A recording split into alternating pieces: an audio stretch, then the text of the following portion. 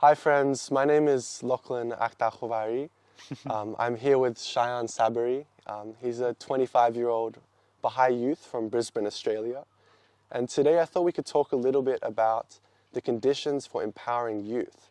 So Shayan, welcome and thank you for coming and having this conversation with me. Shayan and I are actually really good friends.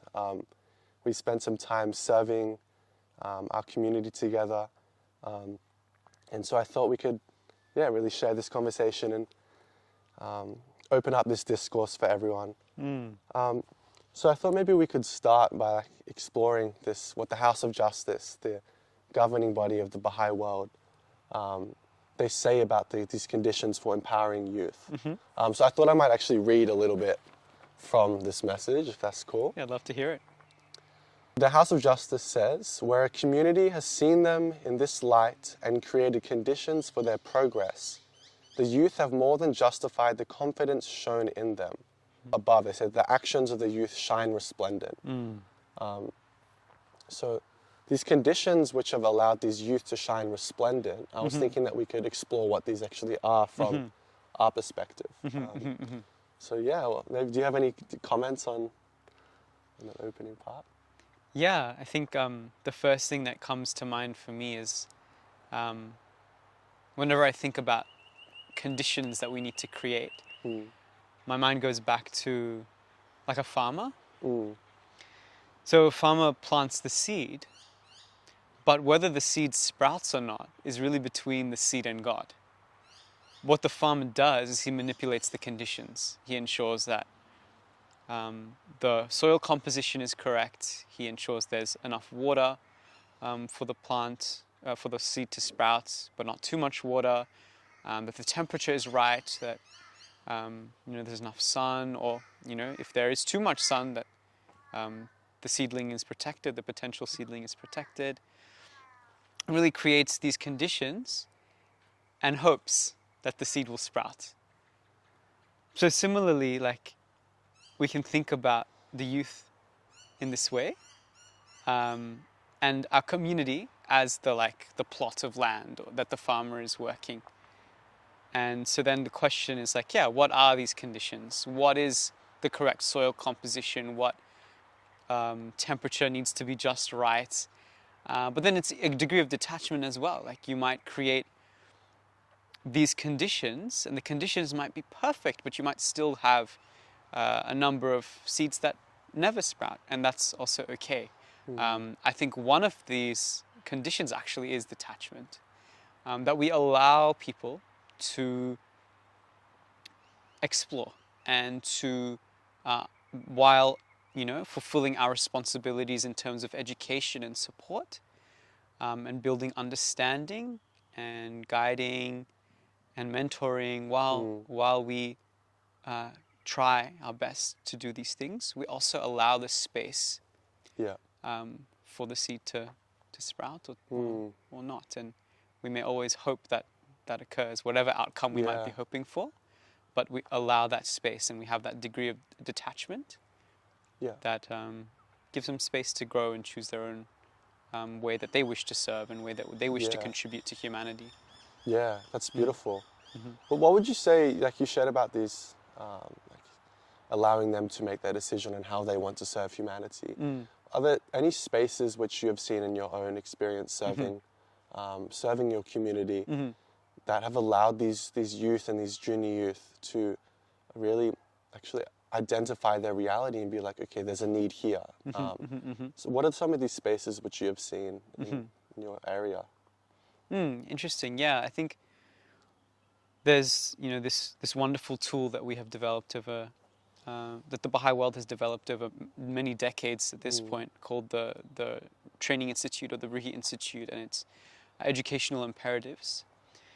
And so book 7 of the Rihi Institute really talks about understanding, and how understanding is the greatest motivator for anyone to do anything.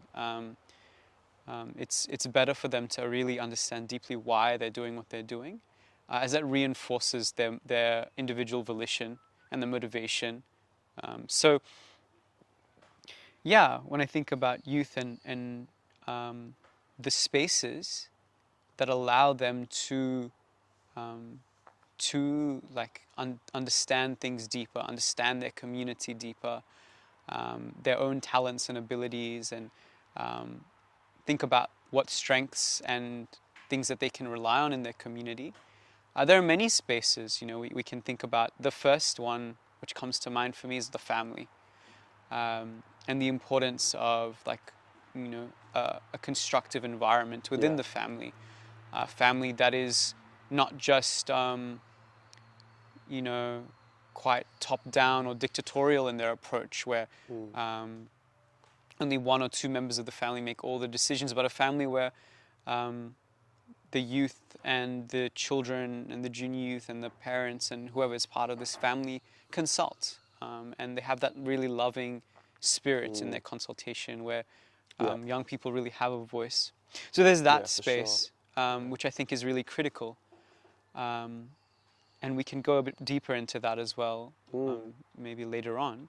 But then there are other spaces as well within the community. Like, I think especially important is the space where the youth, the junior youth, the children, really everyone interacts with their peers.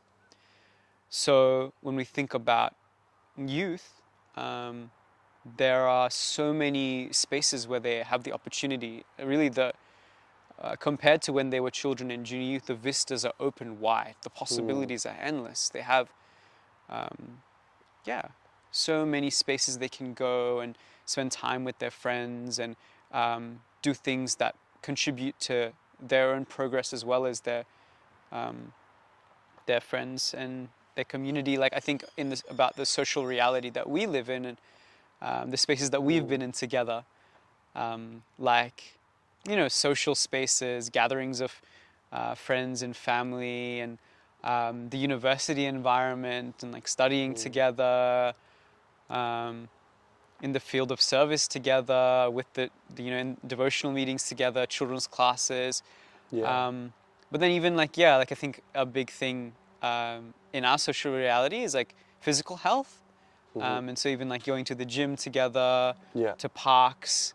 But then an undercurrent, I think, in our friendship, which has been so wonderful, is conversations about prayer and service.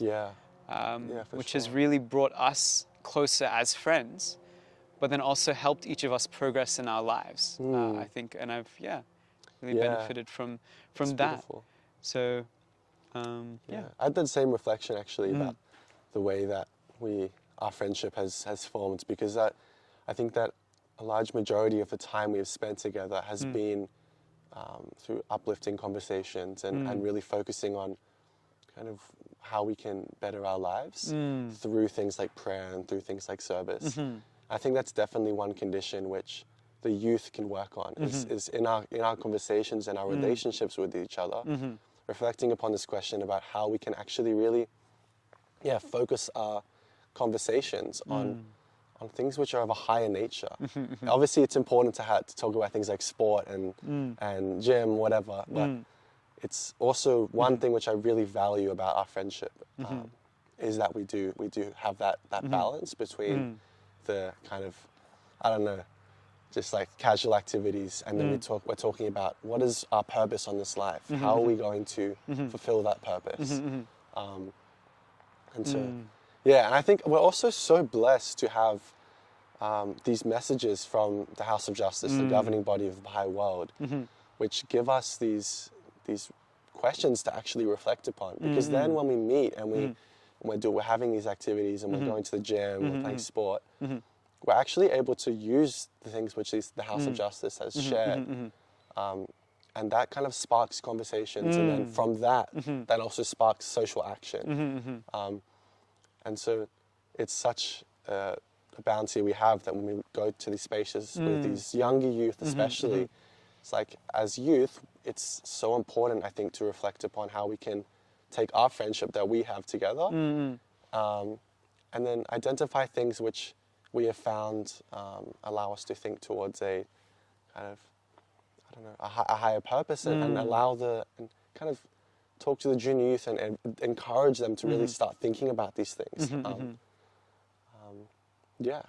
I think, like, a word that comes to mind, and I think you also mentioned it, is this like this word coherence and living a coherent life, or at least striving to, striving to, like uphold the same standards, striving to find where concepts cohere and connect, that we have drawn from the messages of our wonderful universal house of justice, but then also like the concepts within the revelation of Baha'u'llah, that are so systematically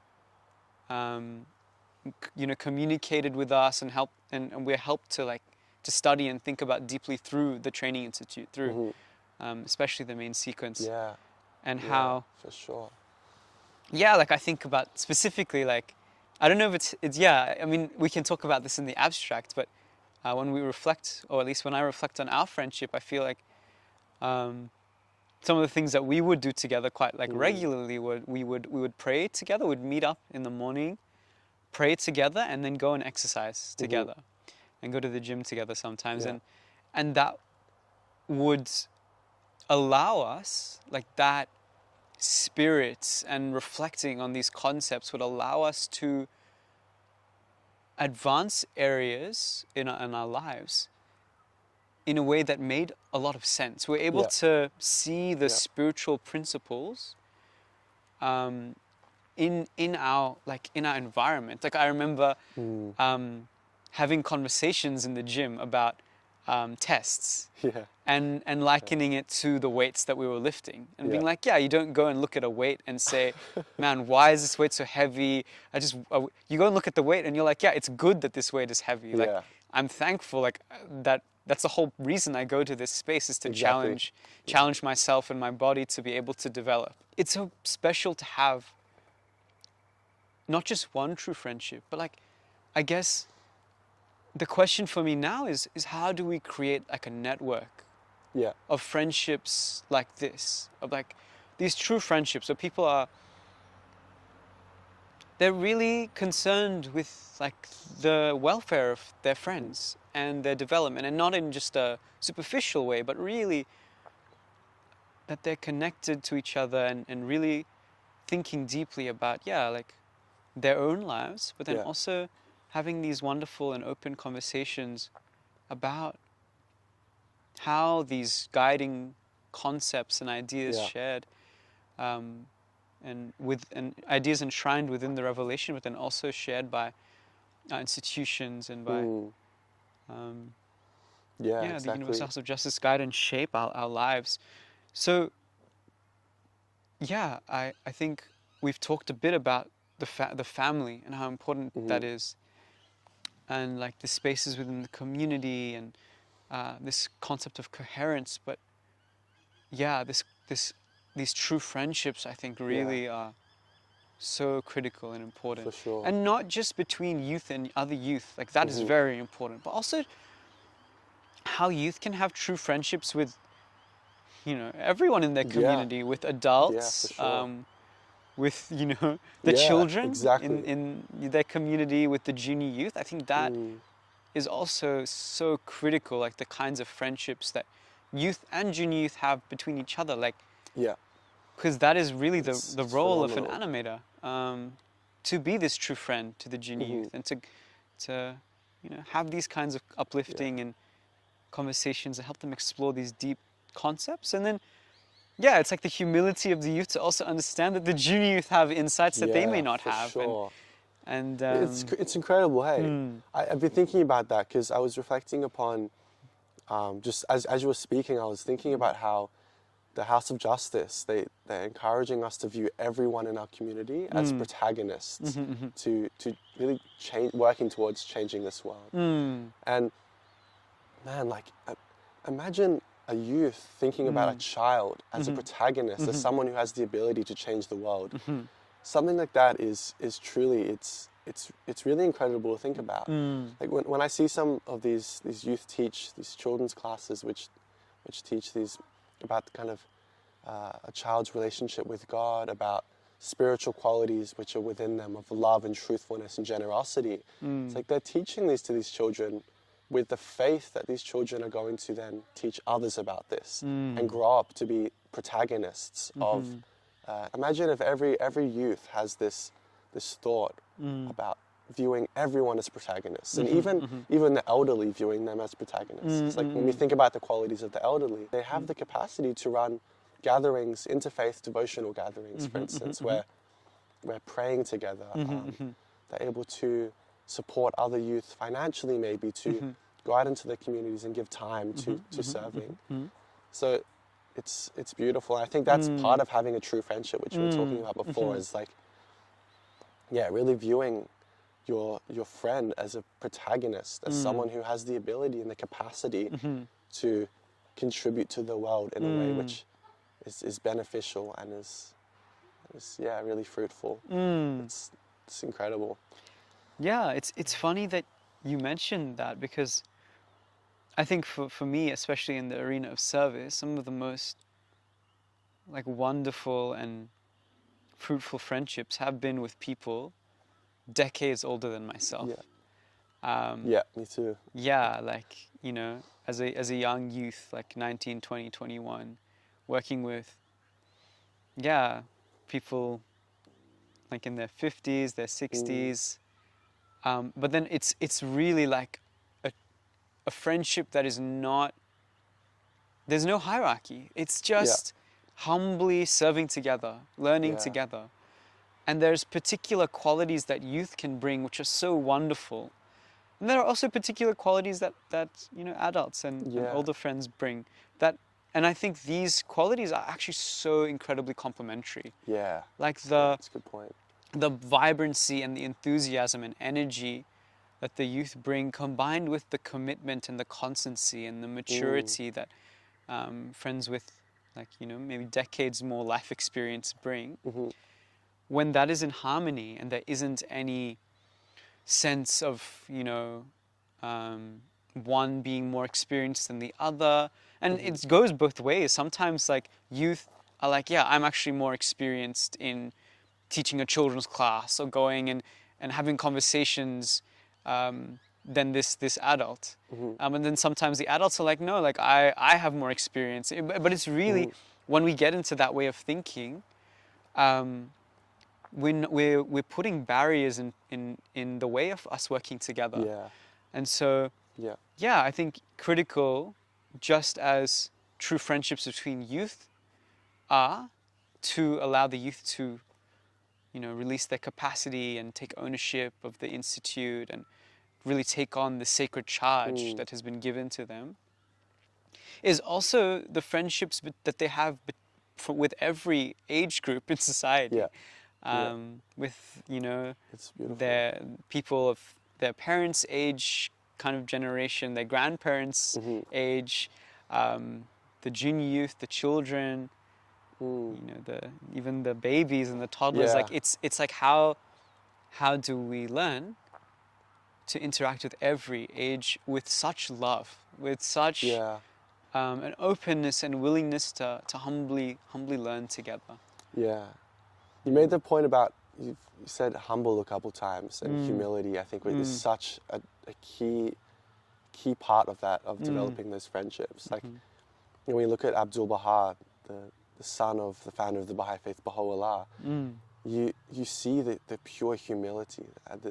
Abdul-Baha would say to the friends that he wishes to be the dust beneath the footsteps of the servants of Baha'u'llah. And I think that's so nice, like approaching those conversations and the conversations you have with the elderly and children, and your friendships in a posture of humility.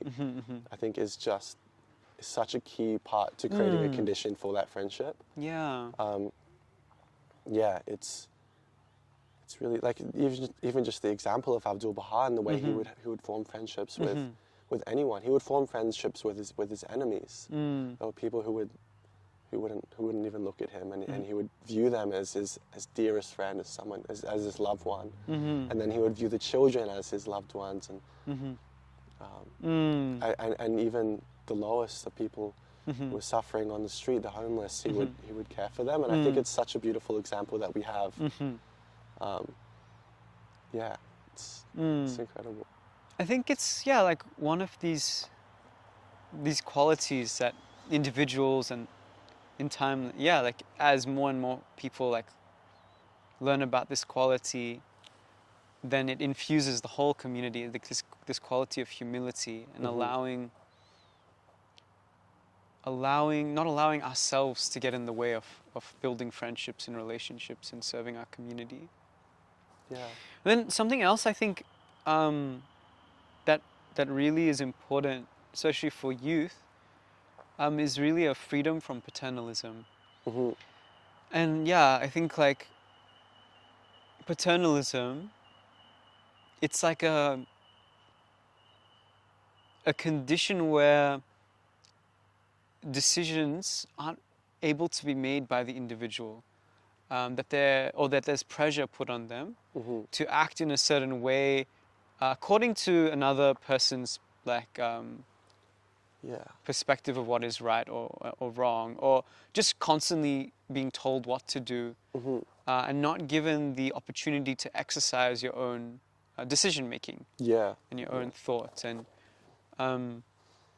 it's very but then this sense of paternalism can affect every age group, even when the elderly are talked to in such a way where they don't feel that they're able to exercise their own choice. Paternalism in general really kills the initiative of a community. And so it's especially important for youth that are still developing their own sense of initiative, that they are really consulted in a way that gives them the opportunity to make decisions. For sure. And there's an element of detachment and trust in that, where someone might think, I don't know if that idea is the best idea, or I don't think that'll work, but I will allow this to play out because it needs to play out for people to learn. And I'll also do my part in ensuring that those deficiencies that I see or those pitfalls that I can see, I'll try and guard against them as well. For sure.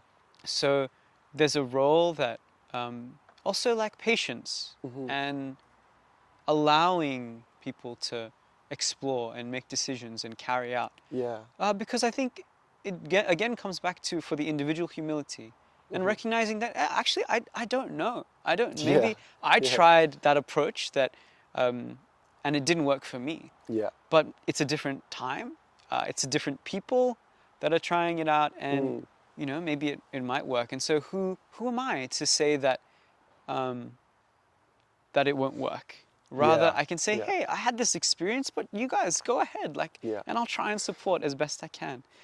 And it's giving youth the opportunity to exercise that choice, but in all areas of their life. Like I know, at least in my life, I've had such a wonderful opportunity to exercise that volition.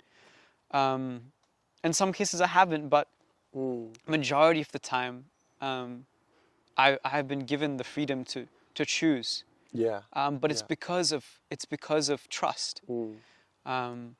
I think I really appreciate the approach that my parents have, because they are quite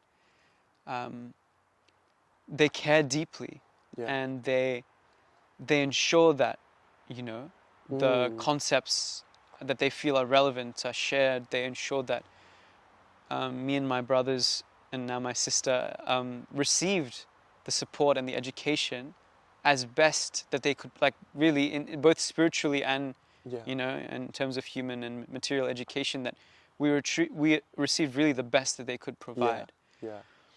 But they also were detached and gave us the opportunity to choose. And that allowed me to feel like a protagonist, as you described.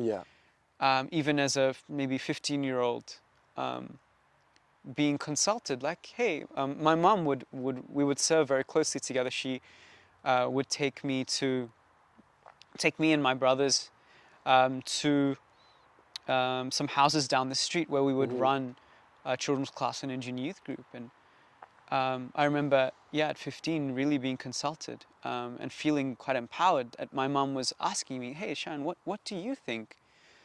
Do you think it would be good for you to run the junior youth group and I run the children's class now?" And I remember being like, "Yeah, like, okay, let's try it out." And it was not Wow. it was not just like, "You're doing this. I, Yeah. as your mum, am telling you to do this," but rather, "Do you think this is a good idea?" And Yeah, that's I'm incredible. like, "Yeah, actually, let's try it out and see." And it was that beautiful. accompaniment and support. Like, I think when we think about the qualities we want youth to show, like responsibility, a long-term vision, commitment, continuity, perseverance, those qualities don't come from nowhere. Yeah. They come from working with people that have that. And, Yeah, and for for me, sure. it was working with my parents and with other older members of the community that, and that really firm support. Like, I think in this specific example, I knew that every week, without fail, we would go. Yeah. Even if we felt tired, even if we, had a long day or something, my mom and my brothers and me were all there, and it's like, okay, today we're gonna go.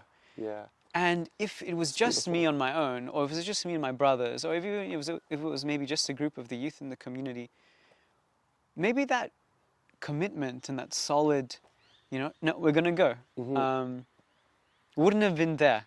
Yeah. So it was like, being Interesting. consulted, but then also having that loving support Yeah. and those qualities that I didn't have at the time. But then I think through that process, and this happened, for 3 years we were doing this.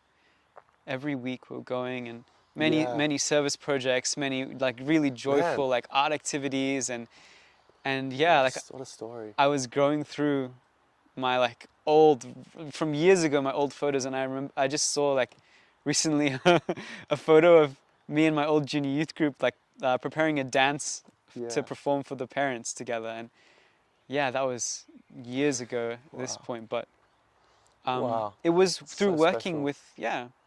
with my my mother, and I think the point is that the difference in age, or like the difference, like that she brought those qualities and that wisdom that comes with just the natural progression of life and passing through the different stages of life. And I brought that willingness to learn and that enthusiasm and that energy that worked quite well with the junior youth. And that this kind of relationship, like how do we see these kinds of relationships flourishing everywhere? And that humble posture that allows individual volition and choice to be expressed within the context of collective action. That I think that's a really good is point. one of these critical conditions. That's really incredible story. It's quite special seeing that, because it I think it shows the transformation and the true impact of these teachings of Baha'u'llah and the guidance of the Universal House of Justice for our parents' generation, which is then leaving impacts on us. Because now I think, I don't know, I'm sure you have really similar thing, but like I view the way which my parents have raised me, I think my parents have raised me in quite a similar way in that regard, allowing me to make my own choices. However, knowing that they're there to help bring me up when I fall off, when I fall off the step, And it's allowing me now that when I, hopefully in the future, when I have my own children, I have my own family, to like have these reflections about like, how can I create this condition which my parents had for me? Not the exact same one, obviously, but how can I make that even better than what my parents are doing? And identifying, I don't know, things like what you've just said is so important, like, and having that reflection. Maybe if I could just share one more thing, like sure. what you're sharing is just, it's really so beautiful, and it's made me think about how wonderful it is that everything we're doing is generational. So the things that my parents as youth did to serve their community, to better themselves and their family, had impacts for the way that they raised, you know, me and my brothers, and you know, your parents, and the things that they did, and it has an impact on you, and then like, yeah, the generation of youth that we already like are coming into contact with. Like I think about yeah, the youth in my community that are in high school now, that are the 16, 17, 18-year-olds, and how incredible they are. Yeah. And then the junior truly. youth as well, and how incredible the junior youth are, and how much we've learnt over the last, like, at least decade that I've had the opportunity to be connected to this process, you know, and actively serve it. Maybe a bit more than a decade, but yeah, like how much we've learnt in this, you know, relatively short period of time. Yeah, very short. And yeah, in the span of someone's life, in the span of the, you know, the life of a community, and it's like a really a decade or so is.